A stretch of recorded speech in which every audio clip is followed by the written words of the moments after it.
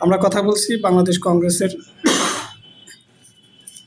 Senate সদস্য জনাব মোহাম্মদ শাহজাহান সাহেবের সাথে। তার কাছে জানতে চাব বর্তমান প্রেক্ষাপটে বাংলাদেশের রাজনীতি অবস্থান এবং কোন পথে আমরা এগোচ্ছি, এ বিষয়ে আপনার মতামত জানতে চাই। আপনাকে ধন্যবাদ এবং আপনার যে চ্যানেল শুভ সময় তাকে ধন্যবাদ।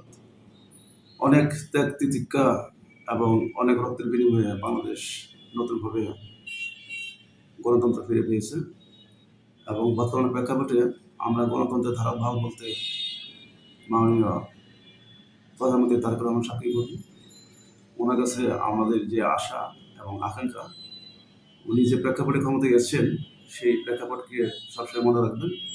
একই সঙ্গে তার প্রয়াত পিতা রাষ্ট্রপতি মেজর জিয়া রহমান উনি যে কর্মসূচিগুলোকে হাতে নিয়েছেন সেগুলোকেও উনি ত্বরান্বিত করার চেষ্টা করবেন।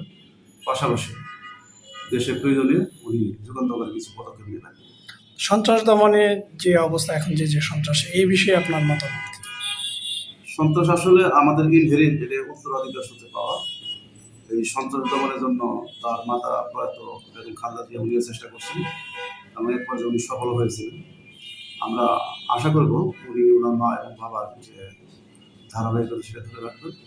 পাশাপাশি যুগের সঙ্গে তাল মিলিয়ে উনি পুলিশ প্রশাসনকে ঢেলে সাজাবেন।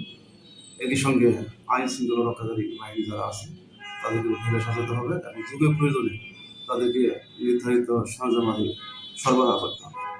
এই অল্প সময়ে ক্ষমতায় আছেন, খুব বেশি দিন হয় নাই, এর মধ্যে আপনার কাছে মনে হচ্ছে কোন ধরনের সমস্যাটা বেশি, যেটা এই সরকারের বেশি গুরুত্ব দেওয়া উচিত? এই মুহূর্তে সরকারের জন্য সবচেয়ে যেটা বেশি সমস্যা, সরকার ক্ষমতায় এসেই ইনহেরিট বা উত্তরাধিকার সূত্রে ওনারা আমেরিকার সঙ্গে বাংলাদেশের কিছু চুক্তি পেয়েছেন, যে চুক্তি বাতিল করা একদমই সম্ভব না এবং ওনারা চাচ্ছেন না যেগুলো বাতিল করে। পাশাপাশি শিশু মৃত্যু, বিশেষ করে হামের কারণে, এই হামকে প্রতিরোধ করার জন্য সরকার চেষ্টা করছেন, কিন্তু বিগত যারা সরকারে ছিলেন তারা কিন্তু এই ব্যাপারে উদাসীন ছিলেন।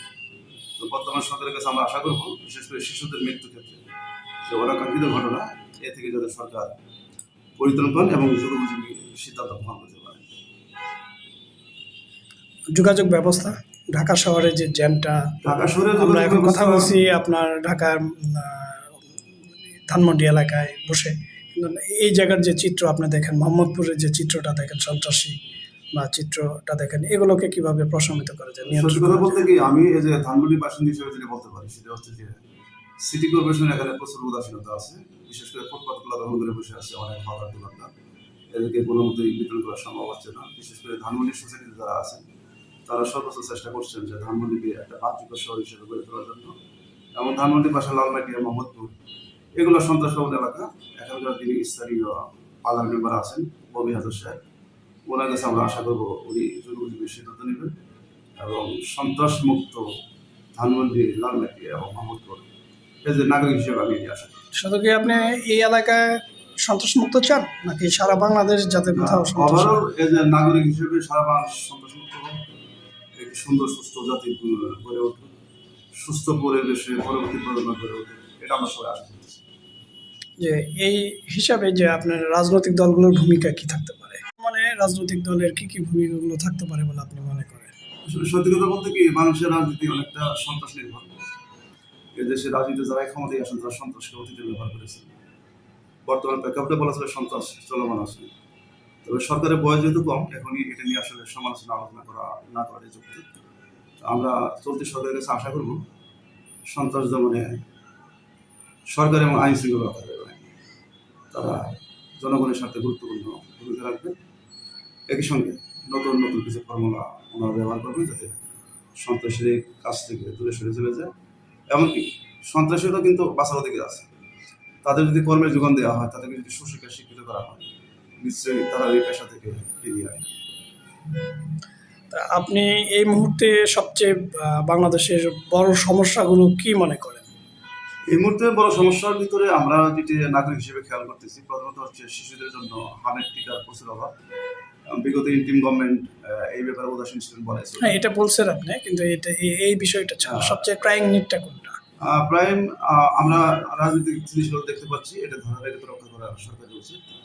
পাশাপাশি গণতান্ত্রিক যে ব্যবস্থা, সব রাজনৈতিক দলের রাজনীতি করার অধিকার থাকা উচিত এবং সবার খাদ্য, অন্ন, বস্ত্র, বাসস্থান, মানুষের যে মৌলিক অধিকার, সেই অধিকারগুলো পরিপূর্ণ করাটাই বর্তমান সরকারের সবচেয়ে বড় চ্যালেঞ্জ। এগুলো কিভাবে মোকাবিলা করতে পারে বলে মনে করেন? এগুলো প্রথমত মোকাবিলা করতে গেলে আমরা যেটা মনে করি সেটা হচ্ছে যে জেলা পর্যায়ে থেকেই শুরু করতে হবে, থানা পর্যায়ে থেকে শুরু করতে হবে, ধারাবাহিকভাবে গ্রাজুয়েট ডিভিশন পর্যন্ত আসতে হবে।